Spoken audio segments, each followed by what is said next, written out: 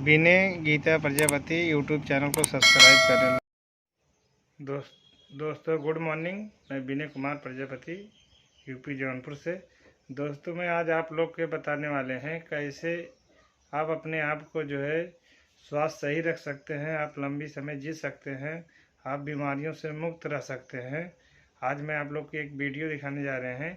इस वीडियो को पूरा देखिएगा और आपको पता चल जाएगा क्या करने से आप जो है लंबी जीवन और स्वस्थ जीवन जी सकते हैं, क्या परिवर्तन करना है। ये बहुत ज़बरदस्त जो है वीडियो है, इसको देखना और आपके अपने जीवन में बहुत बड़ा परिवर्तन ला सकता है। Thank you. फिर सभी बीमारियां ठीक हो जाएंगी। तो हम हमेशा खाली पेट सोने जाते हैं, क्योंकि शरीर में जो भी सुधार और शुद्धिकरण होना है उसके लिए पेट खाली होना चाहिए। ये बहुत बहुत महत्वपूर्ण है, वरना कोशिकाओं के स्तर पर शुद्धिकरण नहीं होगा। आपके अंदर चीजें जमा होती जाएंगी, फिर आपको हर तरह की समस्याएं होंगी। एक सीधी सी चीज जिसके पीछे दुनिया पड़ी है। अगर आप हमारे आश्रम में आए तो लोग शारीरिक रूप से बहुत सक्रिय हैं। वे बस सुबह 10 बजे खाते हैं और फिर शाम को 7 बजे, बस 2 बार भोजन। मुझे कितने डॉक्टर कह चुके हैं कि वे कुपोषण से मर जाएंगे, ये हो जाएगा, वो हो जाएगा, आप ये कीजिए, वो कीजिए। ज्यादातर दिनों में मैं सिर्फ एक बार ही खाता हूँ, बस एक बार भरपूर खाता हूँ, इतना ही। डॉक्टर मुझे कह रहे हैं, नहीं सदगुरु, आप इतनी यात्राएं करते हैं, ये हो जाएगा, वो हो जाएगा, आपको 4 घंटे में कम से कम एक बार खाना खाना चाहिए, कुछ तो खाना चाहिए। मैंने कहा मुझे अकेला छोड़ दीजिए, मैं ठीक हूं। पर अब अमेरिका की एक बहुत बड़ी यूनिवर्सिटी कह रही है रुक रुक कर उपवास कीजिए। ये कोई बकवास नहीं है, अच्छी चीज है, लेकिन उन्होंने ऐसी चीज फिर से खोजी है जो हम हमेशा जानते थे। अब हर कोई कह रहा है 16 घंटे का अंतराल होना चाहिए, फिर सभी बीमारियां ठीक हो जाएंगी। मैंने हजारों लोग देखे हैं जो सिर्फ इसलिए स्वस्थ हो गए क्योंकि वे हर समय ठूंसते नहीं रहते। जब पेट पहले से ही भरा हुआ हो, योग केंद्र में लोग हमेशा शारीरिक रूप से सक्रिय रहते हैं, तो दोपहर 3:30-4 बजे तक हर कोई बहुत भूखा हो जाता है। उन्हें बहुत भूख लगी होती है, लेकिन हम उसके साथ जीना सीख लेते हैं, क्योंकि खाली पेट होना और भूखा होना 2 अलग चीजें हैं। भूख का मतलब है आपकी ऊर्जा गिरने लगी है, पर खाली पेट होना अच्छा है। पेट खाली होने पर भी आपका शरीर और आपका दिमाग सबसे अच्छे से काम करते हैं। तो हम हमेशा से ये पक्का करते हैं कि हम इस तरह से खाएं, हम कितना खाएं कि खाना खाने के 2 से ढाई घंटे के बाद हमेशा हमारा पेट खाली हो जाए। तो हम हमेशा खाली पेट सोने जाते हैं, क्योंकि शरीर में जो भी सुधार और शुद्धिकरण होना है उसके लिए पेट खाली होना चाहिए। ये बहुत बहुत महत्वपूर्ण है, वरना कोशिकाओं के स्तर पर शुद्धिकरण नहीं होगा। आपके अंदर चीजें जमा होती जाएंगी, फिर आपको हर तरह की समस्याएं होंगी। जब आप भोजन को छूते नहीं हैं तो आप नहीं जानते कि वो क्या है। अगर भोजन छूने लायक नहीं है तो मैं नहीं जानता कि वो खाने लायक कैसे होगा। हमें पहली चीज ये सिखाई गई थी कि जब भोजन सामने आए तो उस पर कुछ पल के लिए अपने हाथ रखो, बस महसूस करो कि भोजन कैसा है। अगर मेरी प्लेट पर कुछ आता है तो उसे महसूस करके मैं जान जाता हूं कि क्या खाना है और क्या नहीं खाना। जो भोजन आपका हिस्सा बनने वाला है, सबसे पहली चीज आपके हाथ है। अगर उसे आप नहीं भी छूते हैं तो बस वहां सचेतन होकर होने से साफ पता चल जाएगा कि भोजन आपके अंदर कैसा बर्ताव करेगा।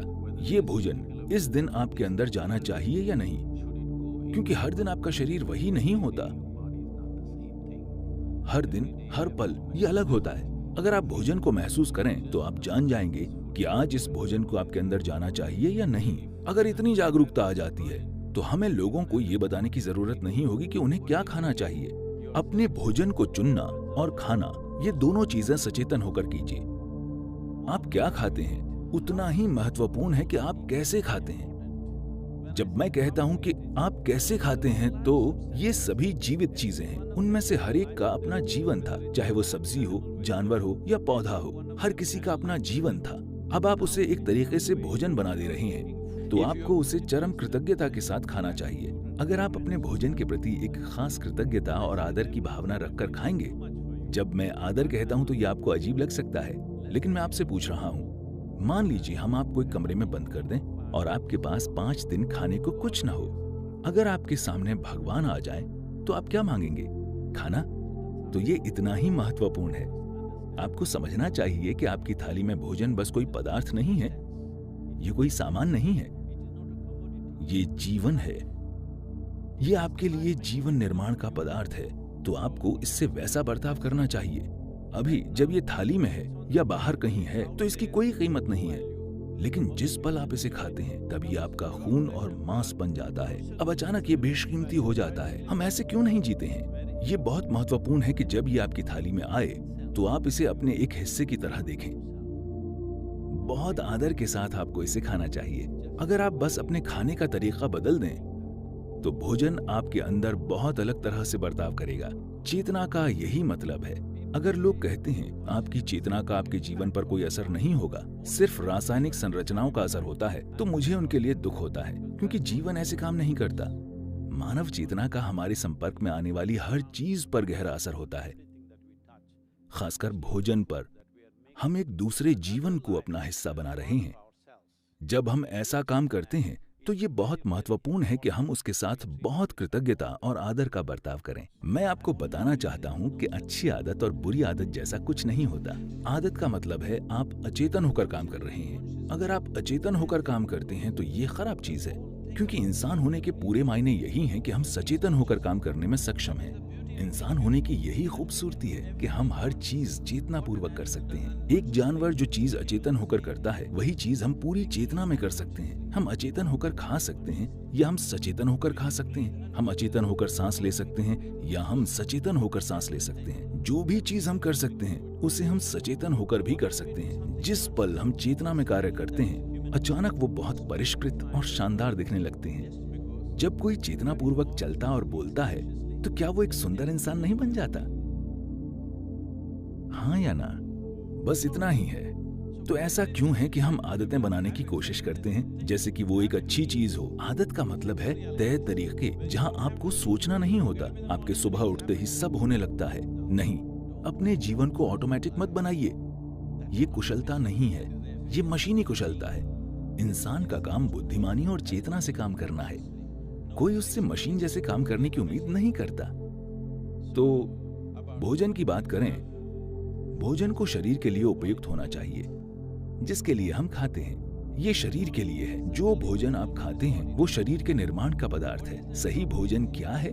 दुर्भाग्य से अभी ये बिल्कुल गड़बड़ हो गया है। पारंपरिक रूप से इस देश में हम समझदारी से खाते थे, लेकिन हजारों साल से हुए हमलों की वजह से दूसरी तरह की भोजन परंपराएं आ गई हैं और आज राष्ट्रीय भोजन पिज्जा या पास्ता है। ये क्या है? कौन सा? मैं नहीं जानता। दोनों मुकाबला कर रहे हैं। तो हम भोजन के बारे में अपनी समझ खो रहे हैं। अब समय आ गया है कि हम सबसे अच्छी चीज पहचानें। अगर मैं इसके विस्तार में जाऊं तो ये लंबी प्रक्रिया हो जाएगी, लेकिन आपको भोजन को परखना चाहिए, बस जीभ से नहीं बल्कि शरीर से भी। आप आज कुछ खाइए और देखिए। बस ये देखना सीखिए कि वो खाना खाकर आपका शरीर कितना चुस्त और फुर्तीला महसूस करता है। अगर शरीर को महसूस होता है कि वो कब्र में जाना चाहता है तो वो भोजन अच्छा नहीं है। अगर वो भोजन खाकर उसे लगता है कि जीवन जीना चाहिए कॉफी को छोड़कर, क्योंकि वो उत्तेजक है। अगर खाना खाकर शरीर चुस्त और जीवंत महसूस करता है तो इसका मतलब है वो भोजन अच्छा है, शरीर उसे पसंद कर रहा है। अगर आप कुछ खाते हैं और शरीर में सुस्ती महसूस होती है तो उसका मतलब है कि शरीर को भोजन पसंद नहीं है, उसको उससे परेशानी हो रही है, इसलिए सुस्ती महसूस हो रही है। तो बस इस आधार पर मेरा मतलब है ये एक बहुत ही सीधा और आसान तरीका है।